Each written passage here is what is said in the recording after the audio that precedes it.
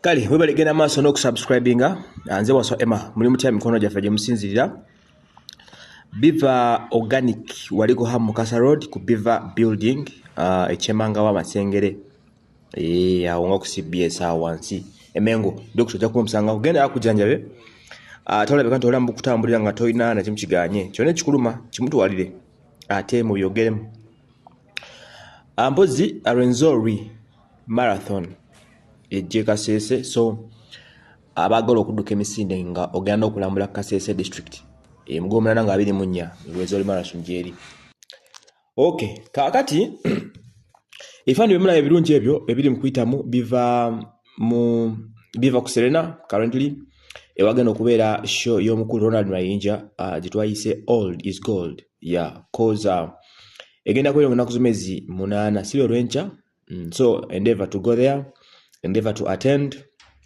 Keti agitegese bulungi nnyo gensembi okumanya ng'emmezi ezisinga zaguliddwa dda abantu abasinga tickets bazina abantu 134 bokka Mayinja beetaaga okubanga ajjuza ekifo era nga expect we get to have a very massive show olw'ensonga nti Mayinja ensigo emanyi yoli Mayinja eyayimba necklace yange necklace yo eyayimba ani agula ensi kuba tugitunda nyimba nyingi nnyo Livalonze zayimba okusembyo but enyimbe zezasooka ezo zezafula Mayinja omutawana Mayinja ono abatamumanyika katono ketusobola mujjukirirako be bamu kuba initiating a music wa band wali mu gyebayita the New Eagles the Eagles production mwe yali Mayinja Mr. Kisemakula bana abakyala abajja abanje nnyo Bastacia Mayanja Irene Namatovu Catherine Kusasira ono muzajja yafuka MP yani Geoffrey Tutaya waloba na bagenda mu America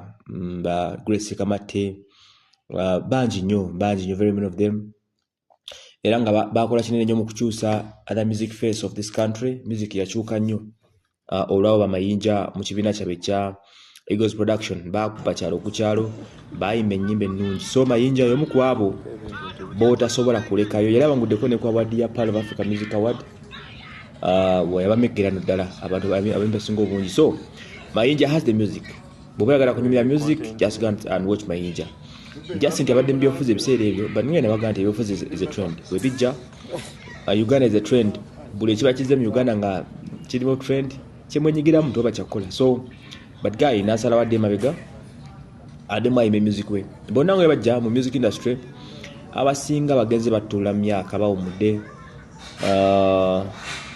bolengera rutaya yingira byafuzi ali mu parliament actually bava mu kasokedo kano yali bava mu Eagles production bali mu kutegeragana ne bawukana bwe bajja ne bafuna mu ebina bibiri okwairi Golden Band usako ne kibine kya the New Eagles Golden Band ne yasigala Mayinja ne group Misachi n'abawala bonna oba bakyala then the New Eagles ne egendera mu Lutaya ne mukyala we ne bafuna n'abayimbi bapya bebateekamu but as we speak now byonna ebinango ebyayawukana byagwa era mu kugwa kwabyo Mayinja Golden yalimu ne bakwata ne buli omu akwata makubo ge bonna baakula kati ba Misachi olumali mbibye Mayinja n'agamba atandika ekibiina kye bayita Kapyata Misachi alina bandi yo kuba music then ate udede mu Golden abana yabata bayimini mu the New Eagles Lutaya yata abana n'agenda mu parliament ali mbyafuzi so buli omu yasasa n'abala bagenda bweru ba Stacia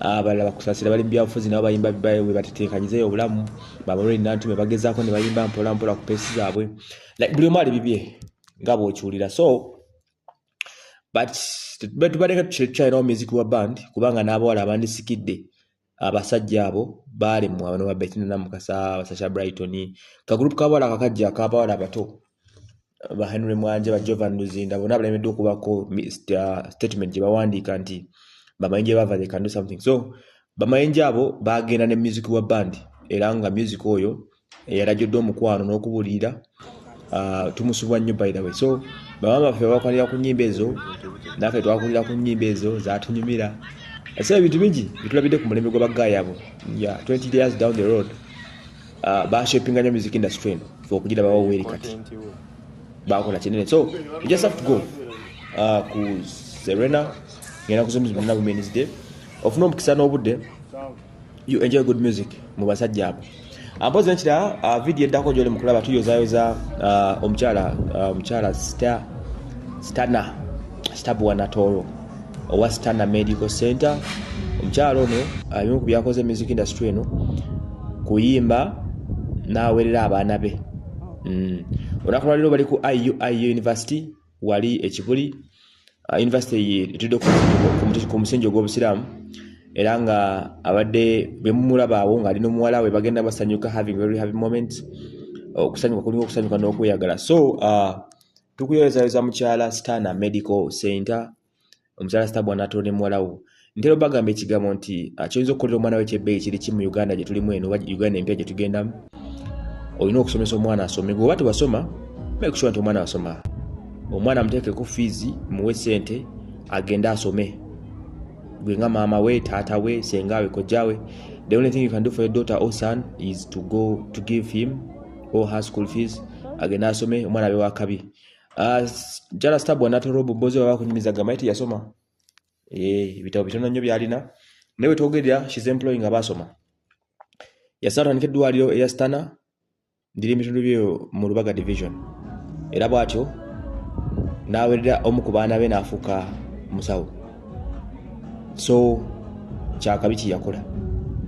Kale ozolaba nti with assistance from her daughter they are building a legacy. Stana ezofuuka ekyenjalo mu nsi eno. Yafuuka de ekyenjalo kubanga ejjanja byekoze bingi birungi bingi nnyo nti mujjuka ne n'omugenzi katolwamu era naye yafiira mu mikono gy'omukyalo oyo ku ddwaliro lya Stana, you know.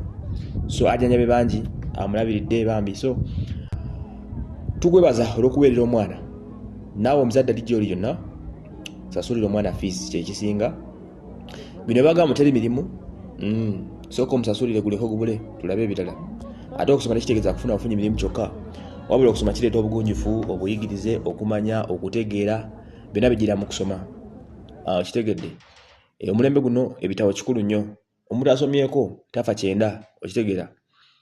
Rafa kyenda era awabaawo olunaku lwakeera n'afuuyibwako enfuufu bw'ati nadda ku kkubo okitegeera essuubi teriggwayo. So soma ne oba toyise naye ng'osomye ne oba tewayita naye nga wasoma oba mulala mukko oba wayiga oluzungu oba tojja kubula ng'otambula okitegeera. Ffe twambuddeko